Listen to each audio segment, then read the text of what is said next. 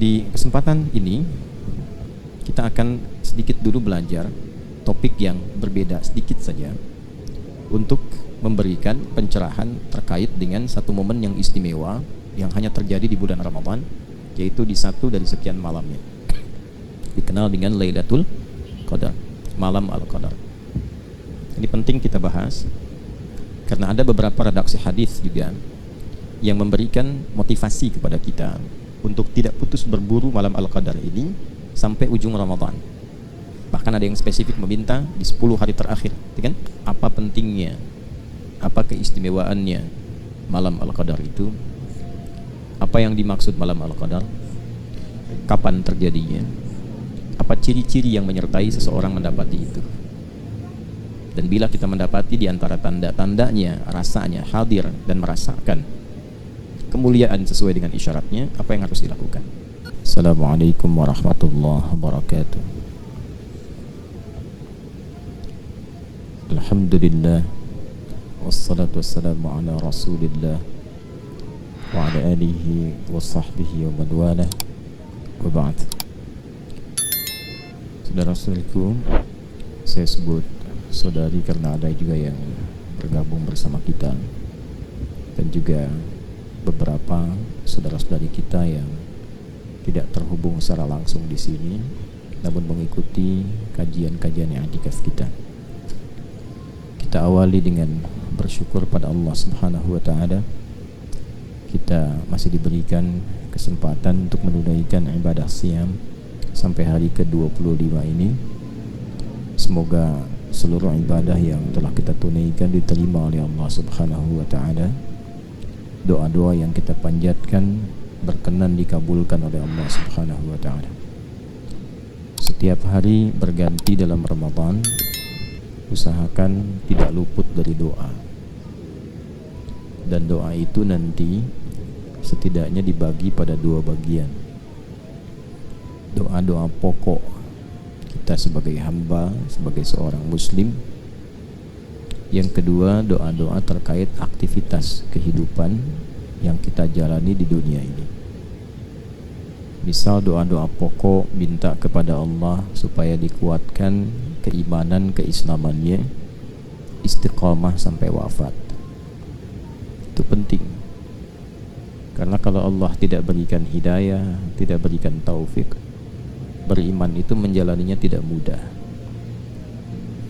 Memohon kepada Allah agar diberikan kekuatan untuk beramal soleh, bisa sholat dengan nikmat, bisa pulang kembali kepada Allah dengan bekal Al-Quran.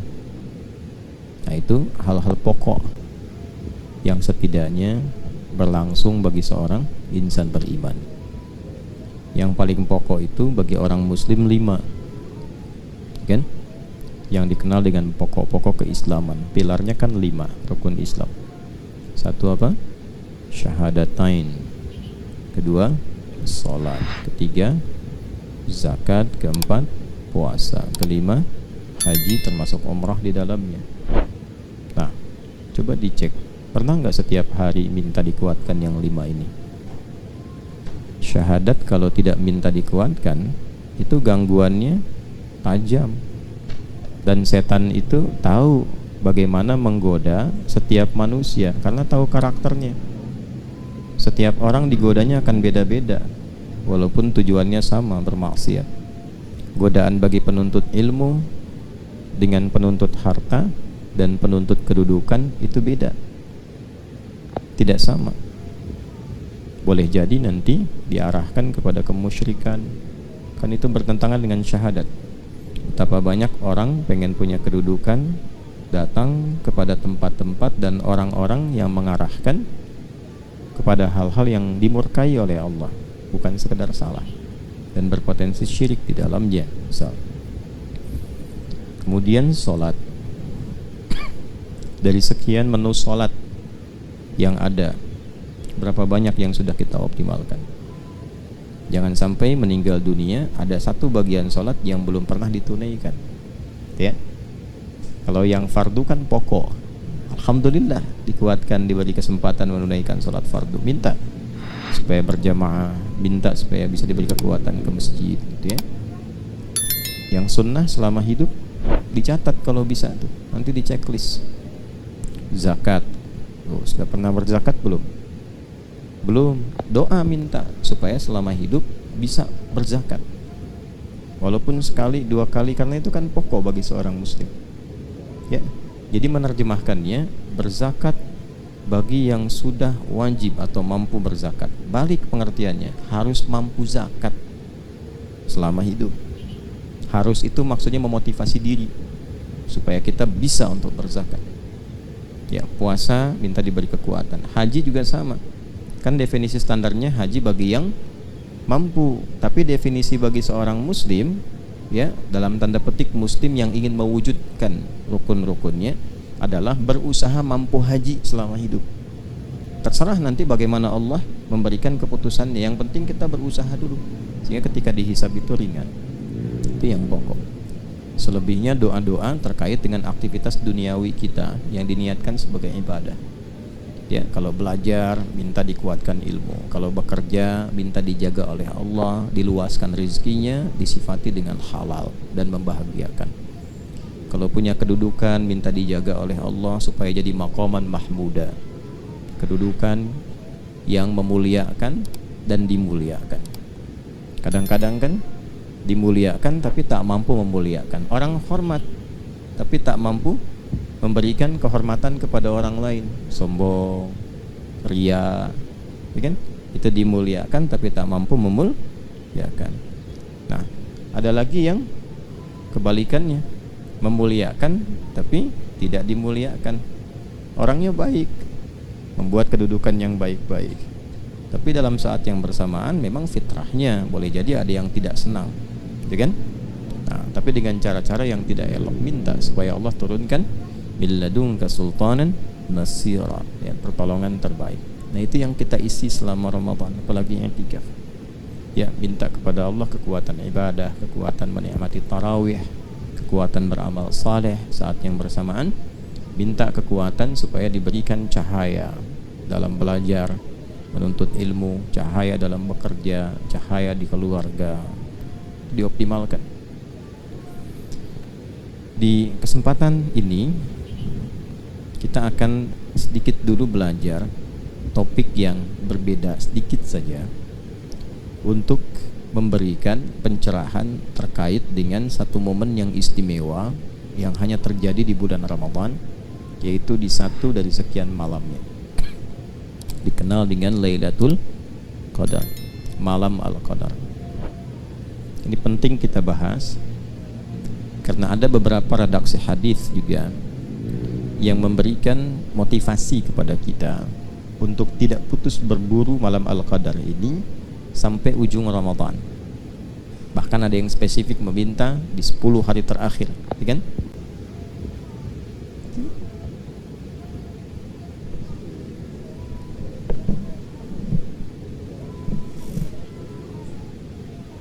Jadi malam Al-Qadar itu kita akan coba bahas dari mulai apa pentingnya, apa keistimewaannya malam Al-Qadar itu, apa yang dimaksud malam Al-Qadar, kapan terjadinya, apa ciri-ciri yang menyertai seseorang mendapati itu, dan bila kita mendapati di antara tanda-tandanya, rasanya hadir dan merasakan kemuliaan sesuai dengan isyaratnya, apa yang harus dilakukan.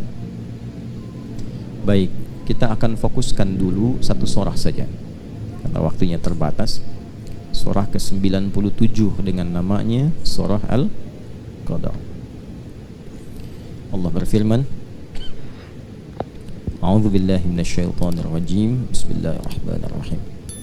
Inna anzalnahu fi lailatul qadar.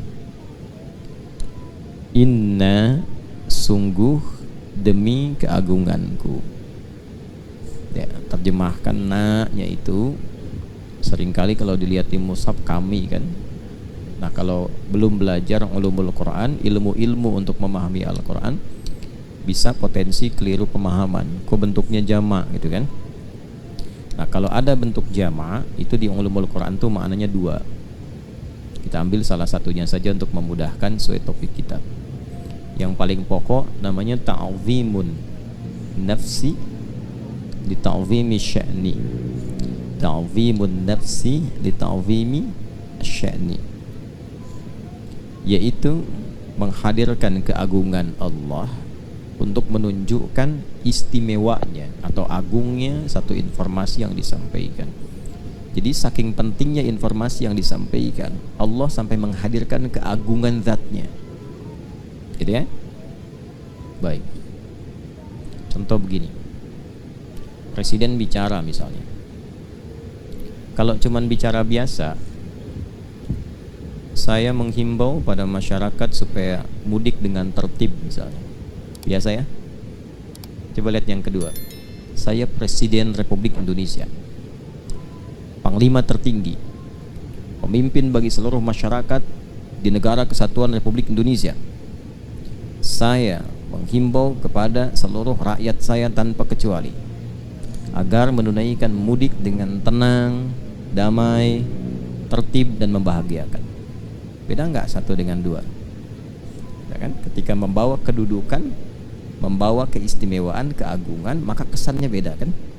Nah, jika ditemukan dalam Al-Quran inna nahnu yang menunjukkan satu informasi, ini menunjukkan informasi yang disampaikan tidak biasa, pasti istimewa, agung sifatnya, karena di situ Allah menghadirkan keagungan dirinya untuk menunjukkan pentingnya informasi yang disampaikan.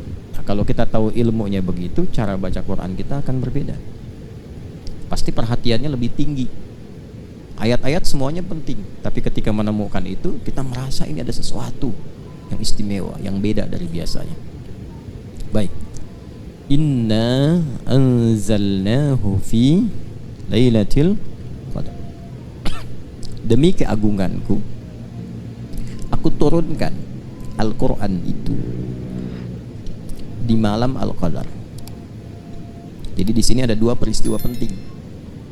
Peristiwa pertama tentang turunnya Al-Quran, peristiwa kedua tentang malam Al-Qadar. Ketika Al-Quran diturunkan dan dibuka dengan ta'zimun nafsi li ta'zimi sya'ni inna, kan? Ini memberikan kesan bahwa Al-Quran itu istimewa, agung. Saking agungnya, Allah menghadirkan pembuka dengan keagungan zatnya. Jelas ya? Nah, berarti kalau disebut istimewa, Allah sendiri mengagungkan. Masa hamba membiarkan, menganggap biasa? Ada sesuatu yang istimewa, tidak biasa di Al-Quran itu. Tidak sama, bukan kalam-kalam biasa, bukan kalam makhluk, kalamullah. Nah, karena itu suatu saat kita akan pelajari sifat-sifat itu, keagungan itu, sehingga kita menemukan apa yang dimaksudkan dalam Al-Quran. Di antara kedahsyatannya, mampu merubah sekelompok manusia yang tertinggal dan terbelakang dengan kompleksitas keburukan perilakunya, tiba-tiba menjadi sesuatu yang sangat luar biasa, sosok-sosok gemilang yang mensibgoh dunia, berubah total itu. Ya, itu Al-Quran. Nanti kita akan lihat apa yang paling pokok di Quran. Kita bahas dulu bagian keduanya. Yang kedua, malam Al-Qadar. Berarti ada yang istimewa di malam Al-Qadar itu, bukan malam biasa. Karena itu menggunakan tak di ujungnya. Ya? Ada lail, ada lailah. Kalau lail umumnya menunjuk pada waktu malam standar umum. Inna fi khalqis samawati wal inna fi khalqis samawati wal wa ikhtilafil laili wan nahar. Pergantian waktu siang dan malam. Itu kalau disebutkan lail umumnya menunjuk pada waktunya dari ba'da isya sampai menjelang fajar. Menjelang ya, bukan sampai fajar, karena nanti ada waktu jeda singkat namanya sahar. Aktivitas yang dikerjakan di waktu sahar namanya sahur. Makanya kita makannya makan apa? Sahur, maksudnya dilakukan di waktu sahar. Ya, kurang lebih 15 sampai 25 menit sebelum fajar. Jadi kalau subuh misalnya 4.38, ya kurang lebih 4:04 atau 4:10. Kalau jam 3, setengah 3 terlalu dini, ya terlalu awal makannya. yaitu sahar. Jadi dari mulai malam ba'da isya itu sampai menjelang fajar. Nah, bahasanya menjelang fajar. Itu lail namanya. Kalau ada yang istimewa sampai menjelang fajar ini dari ba'da isya, maka di antara rumusnya tambahkan ta. Jelas ya? Jadi kalau ada ta mengiringi kata lail, ini menunjukkan di malam itu tidak biasa. Ini umumnya ya. Walau nanti dalam beberapa keterangan tergantung konteks bisa berbeda. Tapi umumnya teorinya begitu. Kalau ada ta bersamaan dengan lail, maka ta itu menunjukkan sifat yang tidak sama dari waktu-waktu malam yang biasa. Setiap malam bisa tahajud gak? Bisa. Karena itu saat menyebutkan sholat malam itu pakai lail, bukan lailah. Coba Quran surah 17 ayat ke-79. Wa minal laili fatahajjad bi. Bukan wa minal lailah. Artinya setiap malam ada potensi untuk tahajud. Ya. Tapi kalau ada satu malam yang istimewa yang tidak sama dengan malam-malam lainnya, maka salah satunya tambahkan ta pada kata lail itu menunjuk pada sifat. Karena itu ayatnya berbunyi inna anzalnahu fi lailatul qadar. Baik. Lailah ya, bukan lail kan? Nah, apa istimewanya malam al-qadar itu? Kita ambil keistimewaannya dulu. Ya. Satu, ini langsung keterangan Qur'annya. Wa ma adraka ma lailatul qadar. Ini indah sekali nih ya. Kita dibikin penasaran dulu supaya memotivasi kita untuk memburu malam itu. Tahu nggak kata Allah keistimewaan malam Al-Qadar itu? Tahukah Anda keistimewaannya? Kan? Teruskan. Lailatul Qadri khairum min alfi syahr. Malam Al-Qadar itu istimewanya seluruh amal soleh yang dikerjakan membersamai malam itu nilainya dilipat gandakan lebih dari 1000 bulan. Dilipat gandakan, ingat, lebih dari, karena redaksi Qur'annya berbunyi khairum min, lebih dari. Jadi tidak pas 1000 bulan ya, 1000 bulan itu kurang lebih 80 sampai 83 tahun lah. Ambillah 83 tahun misalnya, berarti lebih daripada itu. Atau bahasa paling gampangnya standar rata-rata usia manusia misalnya, ya. Baik. Jadi kalau Anda beribadah seumur hidup, kan? Itu bahasa gampangnya. Kalau Anda beribadah seumur hidup, lalu dibandingkan dengan beribadah bersamaan di malam ini, malam Al-Qadar, itu lebih bagus di malam ini nilainya, lebih banyak di malam ini, lebih dari apa yang pernah dikerjakan selama hidup. Ya, dalam satu amalan ya, misal selama hidup tiap malam tahajud tuh, ya kan? Tiba-tiba pas malam Al-Qadar tahajud juga, itu satu malam itu nilainya bisa melebihi yang dikerjakan selama hidup. Bahasa gampangnya begitu. Ya, yang dimaksud rata-rata umur manusia hidup, kan? Rata-rata, ya kata Nabi SAW, umatku itu ya umurnya ya di antara 60-70 dan sedikit yang melampaui itu, sedikit. Jadi kalau yang lewat 100 itu sedikit, nggak banyak. Bisa dihitung jari sedunia tuh, kan? Ya, rata-rata kan di kisaran itu. Kalau ambil pertengahannya sekarang misalnya, ambillah seperti hitungan 1000 bulan misalnya, ya, antara sampai 80 tahun. Bersamaan dengan malam itu ibadah, tahajud sekali aja itu nilainya lebih daripada 1000 bulan. Luar biasa tuh. Ya. Jadi kalau ada yang kurang-kurang selama hidup beramal, ketutup tuh dengan malam itu. Nah, ini kan masalah iman. Kalau ibadah kan bacanya pakai iman. Ibadah itu kan amal soleh. Amal itu jadi soleh kalau ada imannya. Kalau tak ada iman gak jadi soleh. Karena itu setiap ada kata iman itu mengantarkan pada amal soleh. Wal 'asr innal insana lafi khusr illa alladziina amanu wa 'amilus shalihat. Masuk surga juga pakai iman dan amal soleh. Wa basyiril ladzina amanu wa 'amilus shalihat anna lahum jannatin tajri min tahtihal anhar. Nah, amal soleh itu bisa jadi soleh amalnya kalau ada iman. Sifatnya disebut ibadah namanya. Jadi ketika kita beribadah itu sedang beramal soleh, membuktikan keimanan kita. Jelas sampai sini? Baik, kembalikan orang-orang yang mampu beribadah di malam Al-Qadar itu nilainya, satu ibadahnya itu bisa melampaui apa yang ia pernah kerjakan selama hidupnya. Tertutup itu yang kurang-kurang dalam ibadah itu. Masya Allah. Kalau taubat dia, wah itu luar biasa. Luar biasa penerimaannya di sisi Allah Subhanahu wa taala. Antum baca Quran misalnya. Selama hidup sekarang kira-kira berapa kali baca Quran itu? Khatam berapa kali? Atau baca satu surat berapa kali? Alif Lam Mim berapa kali itu? Yasin berapa kali? Atau yang kira-kira pembukanya satu huruf, Qaf, Nun, gitu kan? Dibuka gitu dengan huruf-huruf muqatta'.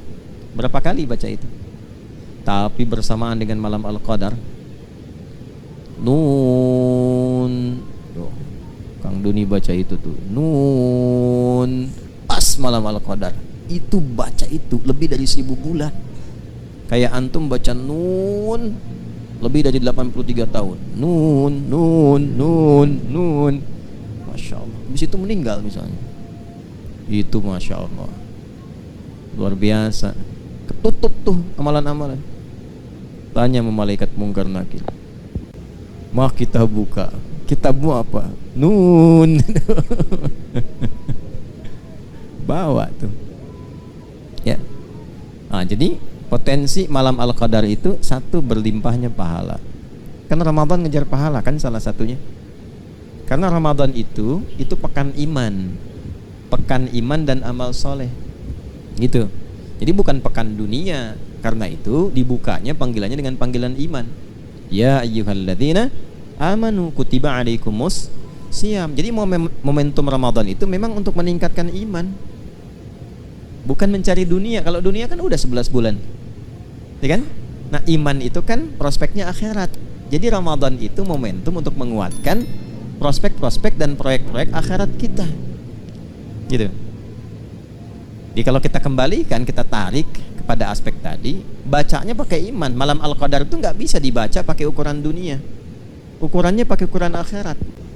Ya, bukan melulu pakai akal, tapi menggunakan iman. Kalau imannya bekerja, dikejar. Kalau nggak bekerja, nggak akan dikejar. Jelas ya? Teruskan. Yang kedua, apa keistimewaannya? Tanazzalul malaikatu warruhu fiha biizni rabbihim min kulli amr. Masya Allah. Semua malaikat turun berdesak-desakan ke bumi. Ini asal kalimatnya tatanazzalu. Itu asalnya. Tapi ada dalam balaghah itu, kalau ingin menunjukkan sesuatu yang berlangsung cepat dan banyak, masif, cepat, masif, itu hilangkan salah satu taknya di depannya. Tapi dhammahnya tetap berlaku di ujung untuk menunjukkan mudhari, sesuatu yang berlangsung terus. Masih ingat tadi waktunya malam Al-Qadar, malam lail dari kapan? Ba'da Isya sampai menjelang fajar. Itu masif terus. Siapa yang masif turun? Malaikat. Banyak. Terus turun. Sampai-sampai kalau kita buka kitab-kitab tafsir itu, ya, itu bumi ini padat dengan malaikat yang berlomba turun. Nanti sampai saking padatnya, alam itu suasananya tenang. Nanti saya bahas di akhir ciri-ciri, tanda-tanda malam Al-Qadar itu seperti apa diantaranya. Hening. Ya. Jadi kalau saya hadirkan bejana gelas misalnya, saya isi 1-2 kelereng, lalu saya goncangkan begini, digoyang-goyang, bunyi nggak? Bunyi kan? Kayak lato-lato kan? Tak-tak-tak-tak-tak-tak-tak gitu kan? Tapi kalau saya penuhi sampai padat itu isinya, sampai padat, goyang begini, digoyang, bunyi nggak? Hening. Disimpan aja hening. Itu saking padatnya bumi dengan malaikat yang banyak turun, suasananya berbeda. Oke? Nah, yang kita bahas keistimewaannya dulu. Nanti ini masuk kepada cirinya. Keistimewaannya apa? Sampai-sampai malaikat Jibril pun yang tugas pokoknya menurunkan wahyu, ya, terakhir kepada Nabi Muhammad sallallahu alaihi wasallam, di malam itu khusus ikut turun. Ya kan? Ikut turun, mimpin malaikat. Kan Ruhul Amin itu pemimpin para malaikat. Turun, dipimpin malaikat semua turun. Dengan izin Allah, biizni rabbihim, min kulli amr. Allahu Akbar. Itu maknanya umum sekali. Diizinkan oleh Allah untuk menyertai segala perkara yang baik-baik. Artinya apa? Kalau ada yang sholat, tuh malaikat ikut sholat. Kalau ada yang zikir, ikut zikir.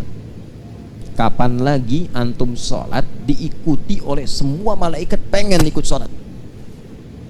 Tuh, makanya kalau ketinggalan semalam aja ruginya banyak. Tuh. Baca Quran diikuti, zikir diikuti, banyak turun. Oke? Nah, apa dampak paling spesifiknya bagi setiap insan itu? Terkait dengan doa dan taubat. Jadi kalau doa yang biasa ngaminkan mungkin 1-2 malaikat yang menyertai, ini banyak malaikat ya berdoa amin. Umar, mana Umar? Doa. Umar doa amin. Hasan doa amin, ya. Fajri doa amin. Itu aminnya bukan 1, 2, 3 amin. Cuman kan goib. Kalau goib gak kedengeran. Kalau kedengeran bubaran tuh. Amin. Ya kan bubar. Siapa nih? Lihat sayap begini. Siapa? Israel. Oh. Ya. Gitu. Nah itu sekali lagi perkaranya iman. Ya. Jadi jangan pakai akal, pakai iman. Karena akal terbatas. Ingat, akal itu sama kayak mata, sama kayak telinga. Perangkat yang ada pada manusia, perangkat fisikal. Mata terbatas tidak? Terbatas, semakin jauh semakin gak kelihatan. Semut itu kalau dekat terlihat jelas, merayap makin jauh gak nampak. Bukan semut yang gak ada, pandangan kitanya yang terbatas. Gajah gimana? Sama, semakin jauh semakin gak kelihatan. Gajahnya tetap segitu, mata kitanya yang terbatas. Pendengaran juga begitu, semakin jauh semakin tak terdengar, ya kan? Antara 20 sampai 20 ribu kan hertznya.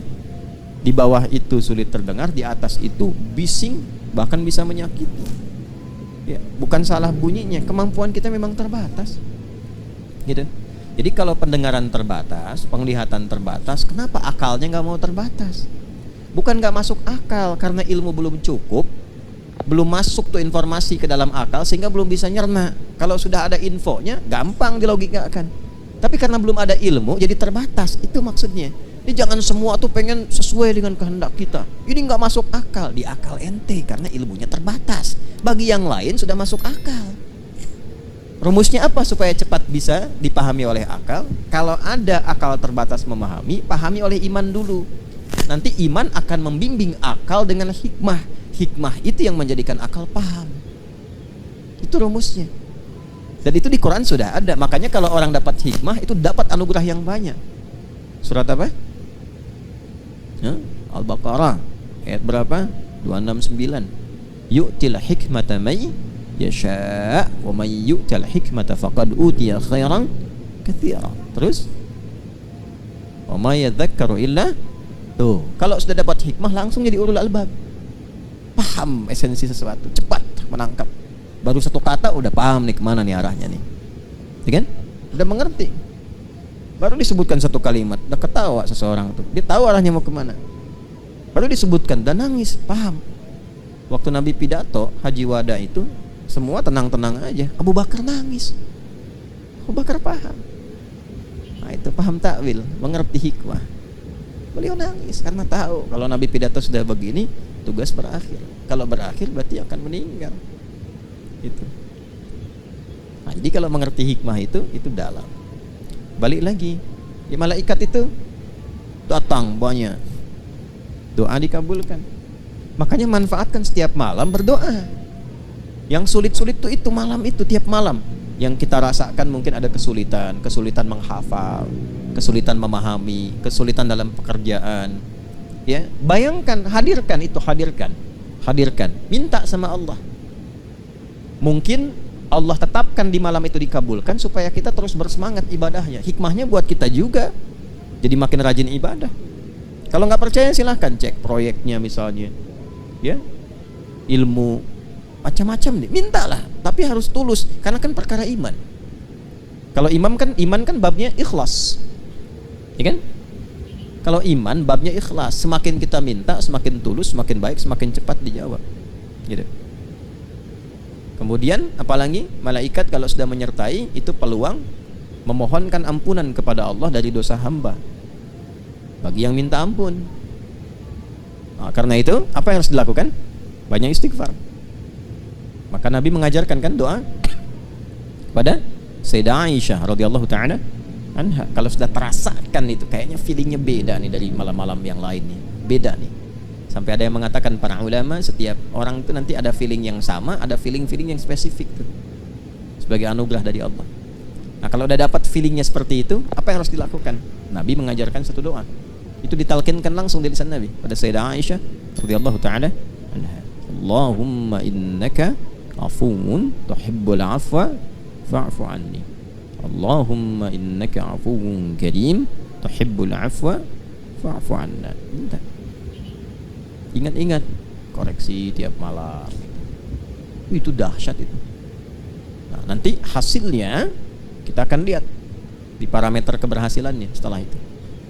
Nah, jadi kalau ditanyakan apa istimewanya malam Al-Qadar itu, maka Al-Quran pertama mendefinisikan tentang manfaat-manfaat yang terkait dengan proyek akhirat kita. Itu yang terbesar. Jadi kalau nanam saham, jangan cuma dunia, tanam buat akhirat, karena itu tempat pulang. Kalau di sini kan tempat apa? Tempat berdinas, membawa misi. Di sini itu kita sedang beraktivitas, membawa misi, berdinas. Setelah itu pulang. Kan tiap hari kelihatan, terdengar, baca berita. Ya, ini si fulan sudah meninggal dunia. Kan bahasa meninggal dunia kan sederhana, tugasnya selesai, pulang. Macam-macam. Ya, tergantung batas ajal. Nanti ada yang masih kecil, ya kan? Ada yang remaja, ada yang dewasa, ada yang banyak diberikan batas waktu sesuai maslahat hidupnya. Ujungnya pulang, gitu. Ujungnya apa? Pulang. Nah, jadi kalau kita bisa spesifik demikian, itu insya Allah akan selamat. Ya. Jadi itulah diantara kemuliaan malam Al-Qadar, yang hal pertama disadarkan oleh Allah kepada kita, ingat akhirat. Itu maksudnya. Jadi keistimewaan pertama yang menghadirkan banyaknya pahala, terkabul doa, diampuni dosa, itu kan rata-rata proyek dan prospek akhirat kan. Intinya membangun kesadaran. Ingat ya, kalian satu saat akan pulang. Kalian akan meninggal dunia. Dunia itu tempat berusaha, pasti pulang. Jangan sampai saat pulang tak punya bekal. Itu maksudnya. Dan aku sayang, kata Allah begitu tuh. Akulah Rahman, kata Allah, akulah Rahim. Saking sayangnya Allah, Allah tahu nih, yang selama hidup beribadah itu walaupun terasa banyak, belum tentu kan diterima semuanya. Cuman bersyukurnya kita, Allah punya sifat asyakur, yang menerima walaupun sedikit. Itu kan? Itu membaca Quran 1 juz, berapa yang diterima oleh Allah? Ya, alhamdulillah kita masih bisa baca Quran, itu bersyukur, diberi taufik. Yang diterima pun alhamdulillah. Kalau bukan rahmat Allah, sulit mengandalkan amal soleh. Sulit. Coba dari sekian amal itu, salat maghrib berapa rakaat? 3. Yang bisa ikhlas di rakaatnya berapa dari 3 itu? Gitu. Itu kalau bukan rahmat Allah, sulit. Jadi kesimpulan pertama, keistimewaan malam Al-Qadar itu mengingatkan kita, satu, pada tempat pulang kita di akhirat, supaya tidak terlampau kita terikat dengan dunia yang sementara. Yang kedua, untuk itulah Allah dengan sifat kasih dan sayangnya menghadirkan banyak peluang-peluang prospek akhirat, investasi-investasi akhirat yang mampu meringankan hisab kita saat kembali dan menempatkan kita di surga dengan rahmatnya. Itu yang pokok. Keistimewaan kedua, saya cepat. Apa itu qadar? Kalau tadi kan yang disebutkan tadi Lailatul Qadarnya, ya kan? Wa ma adraka ma Lailatul Qadar. Lailatul Qadri khairum min alfi syahr. Tanazzalul malaikatu waruhu fiha biidzni rabbihim min kulli amr. Itu baru aspek pertama. Balik lagi ke awal ayat. Inna anzalnahu fi lailatil qadar. Qadar itu apa? Qadar itu ketetapan Allah bagi seluruh makhluknya dalam menjalani kehidupan. Jadi, ketetapan Allah bagi seluruh makhluknya yang bersifat mengikat, kan, dalam menjalani kehidupan. Contoh, ajal itu qadar. Rizki itu qadar Allah. Karena itu Allah tetapkan lalu diberi petunjuk untuk menjalaninya. Kan kita baca dalam setiap witir, Sabbihisma rabbikal a'la alladzi khalaqa fasawwa walladzi qaddara. Kemudian fahada. Kita memuji Allah, terima kasih ya Allah. Engkau Tuhan yang paling agung, yang paling istimewa, satu-satunya Tuhan yang dipertuhankan, disembah, yang telah mencipta lalu menyempurnakan ciptaan, lalu menentukan kadar kehidupannya dengan sempurna dan diberi petunjuk bagaimana menggunakannya, gitu. Jadi malam Al-Qadar itu adalah malam saat Allah menetapkan semua yang terkait dengan kehidupan makhluk. Kita tarik, kitalah manusia saja. Di situ, di malam itu, aturan hidup kita awal sampai akhir mengikat sifatnya pada setiap personal kita. Kapan mulai berkehidupan, kapan wafat, berapa rizkinya, dan seterusnya di malam itu. Nah, kan Allah berjanji kan, kita kan nggak tahu kan, ya, bagaimana kadar kita kan, yang diperintahkan oleh Allah menjalani hidup, kadarnya sudah diatur, ya kan, rizkinya sudah ada kan, yang diperintahkan apa? Berikhtiar supaya dapat rizki itu selama hidup, rizkinya sudah ada, ya kan, ajalnya sudah ditetapkan kan, cuman nggak dikasih tahu kapan pulang kan, yang diminta apa? Jalani aja sampai ajal datang. Tapi kalau kita nggak tahu petunjuk bagaimana menjalaninya, rusak misinya. Coba bayangkan. Ingat ya, ajal sudah saya atur ya, misal, ajal sudah diatur ya, nanti pada waktunya kamu meninggal, jalani aja. Tapi nggak dikasih tahu gimana cara menjalaninya. Hah? Manfaat gak hidupnya? Belum tentu. Bisa bingung, linglung. Rizki sudah saya atur ya, kalian tinggal cari aja, udah saya tebarkan sampai kalian meninggal. Tapi nggak dijelaskan bagaimana mencarinya. Bisa salah kan? Karena itulah Allah turunkan petunjuk yang memberikan bimbingan kepada kita bagaimana kita bisa menjalani kadar kehidupan itu dengan cara yang benar. Kalau menjemput rizki bagaimana caranya, menjalani hidup bagaimana caranya, sendirian bagaimana, kalau berumah tangga bagaimana, jadi suami seperti apa, jadi istri bagaimana, jadi ayah seperti apa, jadi anak bagaimana, punya kedudukan seperti apa, cari ilmu bagaimana. Itu selama hidup berkehidupan, aturannya dijelaskan oleh Allah berupa pedoman, diberikan sebagai petunjuk. Dalam bahasa Arab atau bahkan bahasa Al-Quran, petunjuk yang menyertai kita secara lengkap dalam menjalani sebuah kegiatan, bahkan seluruh kegiatan yang kita lakukan sampai berakhir, itu hudan namanya. Apa namanya? Hudan. Ya. Dan Al-Quran itu disebut dengan hudan. Al-Baqarah ayat 185, Syahrul Ramadhan alladzi unzila fihil Quran. Teruskan, hudal linnas. Tuh. Jadi isi Quran itu bukan sekedar bacaan, tapi di dalamnya pedoman semua aspek kehidupan kita dalam menjalani kadar Allah Subhanahu wa ta'ala, dari sejak mulai dilahirkan sampai wafat.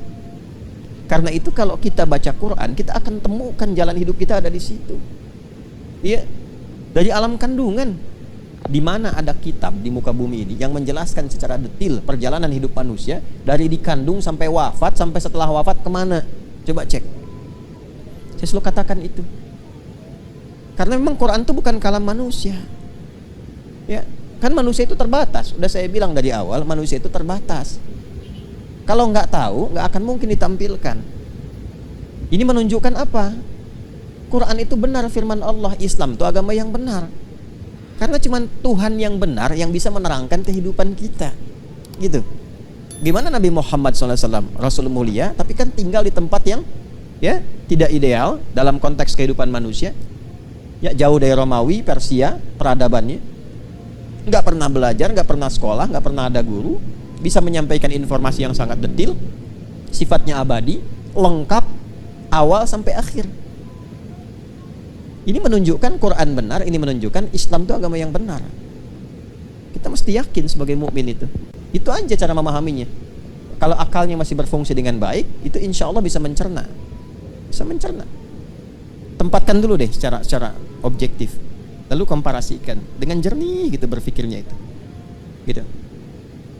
Jangan langsung sentimen dulu misalnya. Ya, jangan langsung klaim dulu. Tempatkan dulu aja berpikir dengan cara yang benar. Itu diajak begitu oleh Quran tuh. Ya, afala tatafakkarun, afala tatadzakkarun, afala ta'qilun.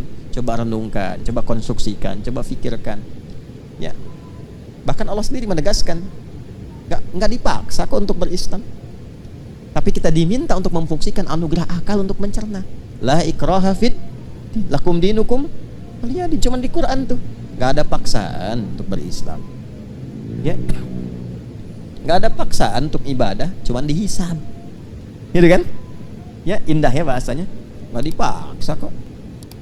Jadi kalau kita menyimpulkan kembali, maka Al-Quran itu istimewa.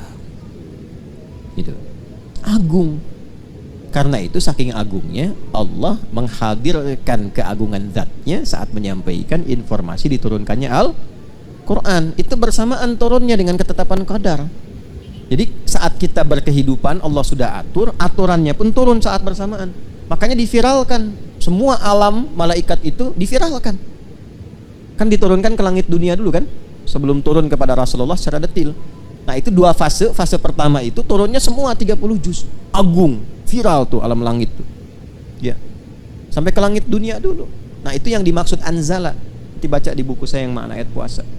Jadi kalau anzala ya itu langsung sifatnya. Kan di ilmu sharaf begitu.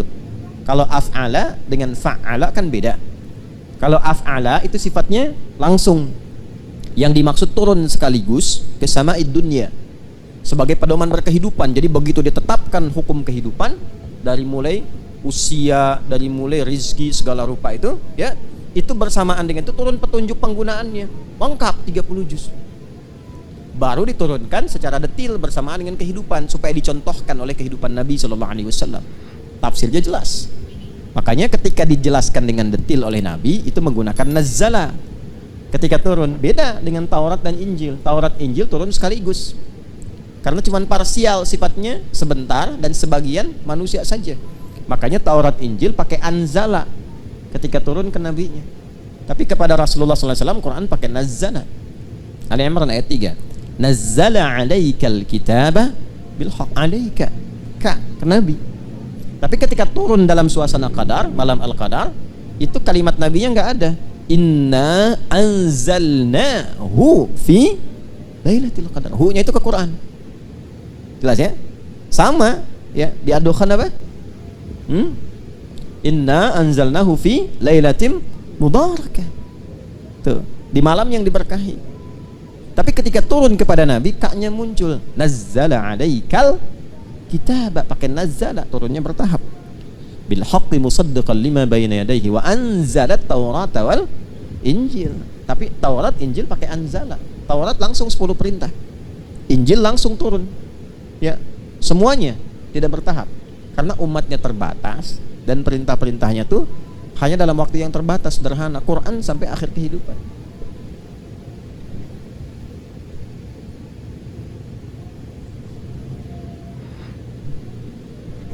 Ya, paham ya? Nah, karena itu kita mesti merasakan penting dan agungnya Al-Quran. Jadi bukan bacaan biasa. Kalau pengen hidupnya berkah, pengen semuanya mudah, ringan, tenang, senang, keluarkan isi Quran untuk diamalkan. Kalau dibaca saja dapat ketenangan, dapat pahala. Tapi kalau ingin dapat kenyamanan berkehidupan, diamalkan isinya. Dikeluarkan secara tematik, ngajinya tematik. Di profesinya apa nih? Keluarkan ayatnya. Itu. Makanya kalau kita mempraktikkan hudan, itu hidupnya tenang dan senang. Faman tabi'a hudaya fala khaufun 'alaihim wala hum yahzanun. Quran surah kedua ayat 38 di ujungnya itu. Jelas? Nah, itu yang dikeluarkan. Ya. Nah, karena itu selama Ramadan, coba aktivitasnya apa? Profesinya apa? Manfaatkan waktu minimal misalnya dalam i'tikaf untuk mengeluarkan ayat-ayat Quran terkait topik, tema-tema yang dibutuhkan, yang mengiringi aktivitas kehidupan kita, yang jadi pilihan kita itu. Nah, sekarang kita berbahagia, aksesnya paling mudah sekarang. Dulu para ulama itu masih ngikutin. Di kalangan sahabat langsung dibimbing Nabi. Jadi kalau ada pedagang, pebisnis, Nabi konsultasi mereka ke Nabi, Nabi langsung bimbing. Sukses. Pejabat, sukses. Semua sukses. Setelah itu diajarkan oleh sahabat, ditangkap. Masih talaki. Tapi kemudian beberapa generasi setelahnya cerdas. Dihimpun, ditulis penjelasan Nabi itu. Dibikin tema-tema, topik-topik. Di antaranya Imam Al-Bukhari. Imam Al-Bukhari membuat 97 topik. Ya, kitabnya yang sangat viral itu Al-Jami' kan? Al-Jami' As-Sahih Al-Musnad Al-Mukhtasar min umuri Rasulillah sallallahu alaihi wasallam wa sunanihi wa ayyamihi. Kalau tidak salah kurang lebih demikian nama kitabnya itu. Disingkat Sahih Al-Bukhari. Itu isinya 97 tema. Dan dimulainya tidak langsung hadis, ayat dulu. Ada tema misalnya apa? Pertama kitab Bad'ul Wahyi, kedua Kitabul Iman, ketiga kitab Al-Ilmi, ya, dan seterusnya. Itu begitu menerangkan Kitabul Iman, ayat Quran dulu, setelah ayatnya baru hadisnya. Terus dibuat subtopik. Gimana supaya naikin iman dan tidak turun-turun? Apa amalannya? Bagaimana mendapatkan kenikmatan iman? Apa hubungan iman dengan amal soleh? Itu diruntut. Ilmu, Kitabul Ilmi. Ya, bagaimana cara mendapatkan ilmu? Mengatur waktu untuk belajar ilmu itu bagaimana? Supaya cepat mendapatkan ilmu bagaimana? Itu banyak dikumpulkan. Kitabul Buyu' bagi yang bisnis, berdagang, keluarkan. Bagaimana bisnis yang berkah? Bagaimana menghindari hal-hal yang kemudian cenderung bermasalah? Bukan? Bagaimana menghindari riba? Bagaimana mempercepat harta yang berkah yang dengan itu bisa mendekat kepada Allah? Ya, banyak sekali kok. Kitabul Marid, bagaimana menyikapi ujian dari Allah, misalnya dari penyakit. Ada tentang bab kedokteran di dalamnya, bab kesehatan, banyak sekali. Di ujungnya adalah pelajaran-pelajaran daripada para sahabat, ada manaqib-manaqib dia tuh. Ya, bagaimana amalan-amalan mereka tuh. Zikir-zikirnya sampai dikumpulkan. Yang khatam, makanya kalau ngaji yang khatam. Kalau khatam itu Masya Allah lengkap itu. Ya. Ada zikir-zikir spesifik. Zikir saat jadi pasukan khusus dalam medan perang seperti apa? Ada. Ya, zikir dalam bidang kepemimpinan. Imam Muslim bikin kitabnya Kitabul Imarah, ada. Puasa nih. Kan puasa itu sebulan kan? Apa yang dikerjakan selama Ramadan? Langsung dibikin Kitabus Shaum, lengkap itu. Dari memulai kapan mengakhiri, bagaimana cara sahur, kapan tarawih, seperti apa dan seterusnya, lengkap. Kita orang sekarang tuh tinggal jalanin aja. Baca, pahami, amalkan. 11 bulan punya waktu baca. Ramadan tinggal ngamalin. Ini dibiarin, begitu masuk Ramadan malah sibuk belajar lagi. Kapan ngamalnya? Ya walaupun tidak salah, tapi menempatkan sesuatu sesuai dengan tempatnya. Makanya kebiasaan seperti itu menjadikan hari tenang menjadi hari tidak tenang. 11 bulan main-main, begitu waktunya hari tenang, besok mau ujian malah nggak tenang. Ngopi-ngopi catatan, pinjam punya temen, belajar maksain malam, pelajaran 11 bulan dipelajari semalam. Akhirnya ilmunya cuma sampai ujian. Begitu ujian, ya udah lupa. Tertuliskan nilainya bagus, cuman ilmunya lupa. Makanya ada ahli hukum yang dihukum sebab ketika mencuri lupa. Waktu korupsi lupa gitu. Ya. Kenapa jadi ke situ tuh? Nah, balik ya. Ya itulah malam Al-Qadar. Jadi malam Al-Qadar itu menjadikan interaksi kita dengan ibadah dan Quran semakin erat. Karena itu usahakan malam itu. Makanya kita kan hidupkan malamnya kan. Kita bangun lagi, bacain Quran lagi gitu kan. Nah, salah satunya apa? Untuk mendapatkan kasih sayang Allah, penambahan pahala, ya, ketenangan kepada jiwa. Lebih daripada itu, kita terbiasa interaksi dulu supaya besok-besok mau mengkaji Quran. Jelas ya? Ingat pondasinya iman ya. Kalau pakai iman cepat nangkapnya. Tapi kalau nggak pakai iman susah. Hudan itu padanannya iman. Nanti kalau sudah iman ketemu amal soleh jadi takwa. Iman, takwa, dan amal soleh disatukan di pembuka Al-Baqarah plus Qurannya. Dzalikal kitab, kitab di situ Quran kan? Dzalikal kitabu la raiba fi hudal lil muttaqin. Ayat 3-nya alladzina yu'minuna bil ghaib wa yuqimunas shalah wa mimma razaqnahum yunfiqun. Masukin ke Ramadan latihan jadi takwa. Kan hudal lil muttaqin, petunjuk bagi orang takwa. Ramadan kan berlatih menjadi takwa. La'allakum tattaqun. Makanya amalan-amalan takwa yang di Al-Baqarah itu kita kerjakan, kita perbanyak saat Ramadan. Gimana meningkatkan iman? Baca Quran, baca kan? Meningkatkan saat Ramadan. Wa yuqimunas shalah, salatnya makin banyak kan? Wa mimma razaqnahum yunfiqun, senang infak kan? Itu. Jadi Quran tuh kalau kita baca dengan benar nyambung semua, kan ya, petunjuk hidup. Jelas ya? Nah, kalau kita dapatkan itu semua, salam. Nah, itu indikasi pertama. Keadaan kita lebih tenang. Damai, salam itu damai. Lebih tenang. Lebih bisa memahami esensi hidup, lebih menikmati berkehidupan. Jadi dari sekian waktu dalam Ramadan itu ada satu waktu yang kayaknya kita merasa lebih enak gitu. Nah, coba rasakan kalau hadir di satu malam, suasananya lebih beda, lebih enak, lebih tenang gitu, ya. Terus kalau ngelihat keluar juga kayaknya tenang gitu di luarnya itu. Tadi ngumpul malaikat. Nah, kalau udah dapat lagi sesuatu yang istimewa yang Allah berikan, itu kalau ketiduran tuh bisa dibangunin. Dan ke hati getarannya beda. Bangun, bangun, bangun. Coba deh kalau nggak percaya, perbanyak dulu amalan terus. Ini mungkin untuk tahun depan ya. Kalau hidup, tuh, kalau hidup Kalau tidak, sisa waktu gunakan. Masih ada beberapa malam ke depan. Perbanyak ibadah. Nanti ada satu dari sekian malam Ramadan itu, ada satu yang kita itu dibikin terus aktif malamnya. Yang kalau mau tidur pun, bangun. Pernah merasakan begitu nggak? Itu nggak setiap waktu tuh. Bukan karena ada agenda sholat malamnya, tapi dibikin bangun. Saya nggak harus nyampaikan di kapan waktunya saya bisa merasakan itu, tapi itu kan rahasia Allah. Untuk setiap kita kadang-kadang getarannya bisa tidak sama, tapi nanti bisa menemukan petunjuk yang sama dari suasana alam, ya. Nah, diantaranya lebih tenang. Makanya kan ada hadis-hadis yang menunjukkan paginya itu lebih tenang, gak terlampau panas, gak terlampau dingin, cahaya mataharinya sejuk, enak, gitu, nyaman, ya. Jadi akhirnya salam. Di malam Al-Qadar itu kita mendapatkan salam. Maknanya dua. Bisa menunjuk pada isyarat malam Al-Qadar lebih tenang, lebih nyaman, lebih damai ke hati.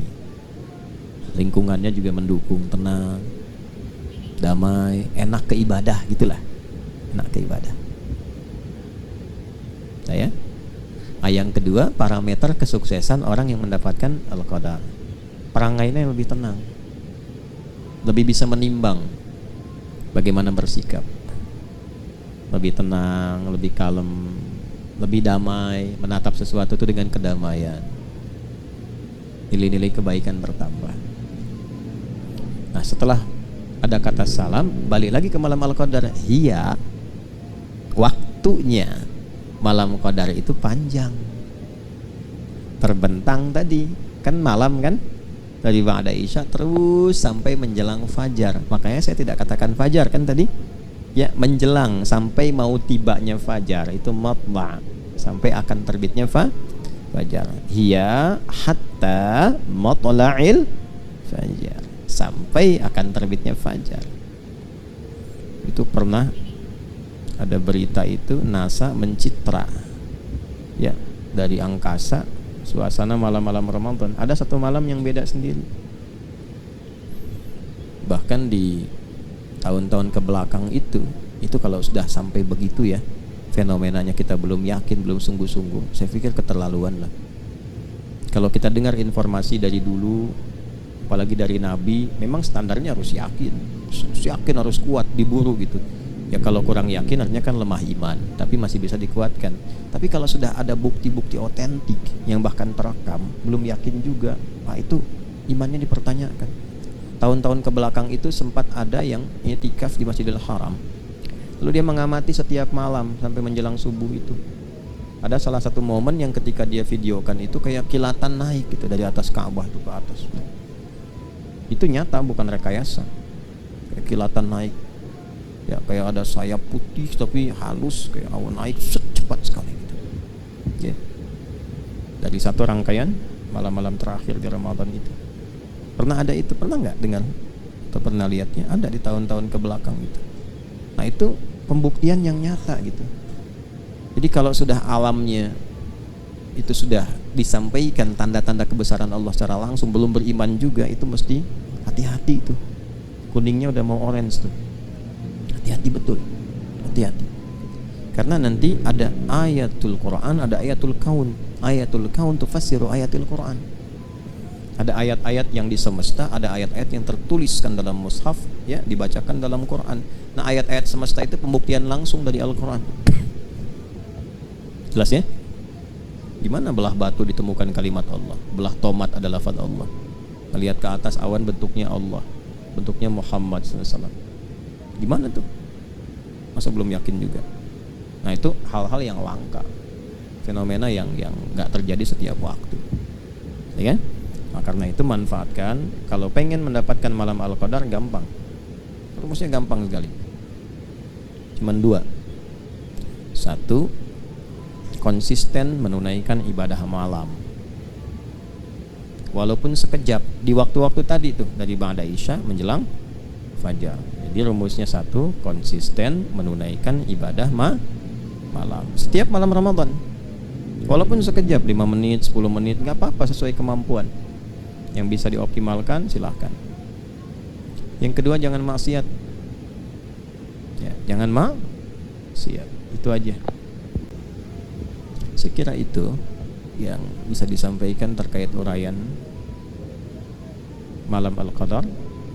Mudah-mudahan bisa bermanfaat dan teman-teman dimanapun berada mengisi program Aku Suka Ayo Kultum sejenak untuk berbuka di edisi kali ini 25 Ramadan 1444 Hijrah, langsung dari Ma'had Islam Rafiah Akhyar Pesantren Mila.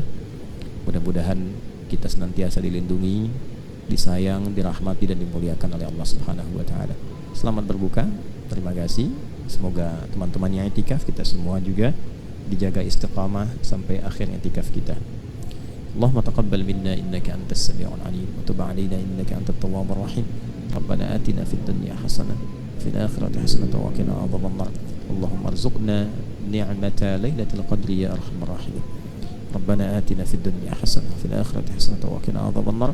Wa sallallahu ala sayyidina Muhammad wa ala alihi wa sahbihi ajma'in. Wa akhiru da'wana subhanakallahumma wa bihamdika asyhadu an la ilaha illa anta nastaghfiruka wa natubu ilaik. Walhamdulillahi rabbil alamin. Assalamualaikum warahmatullahi wabarakatuh.